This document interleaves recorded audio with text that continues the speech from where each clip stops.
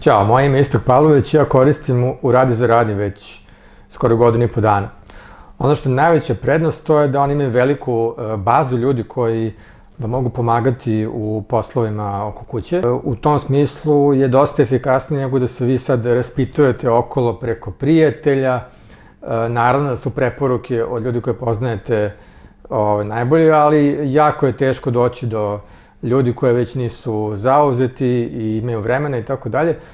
Dok ovako, na ovaj način, vi dobijete proverene ljude, kao da je preporuka od prijatelja, uvek imaju raspoložive ljude, određeni vrstu zadatka koja je vama potrebna.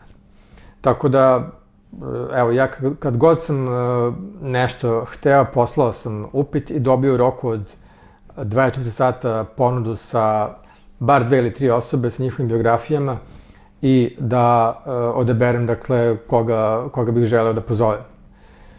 Prema tome, evo, probajte vi što god da vam treba, znači moje iskustva su isključivo dobro do sada i ljudi koji su preko njih došli su, ne znam kako da objasnim, ali oni kao da prikupljaju jako kvalitetne ljude, dakle, kao da su onako neki sabirni centar ljudi koji su vam potpuno naravno kad vidite nekog na prvi pogled već da odaje poverenje.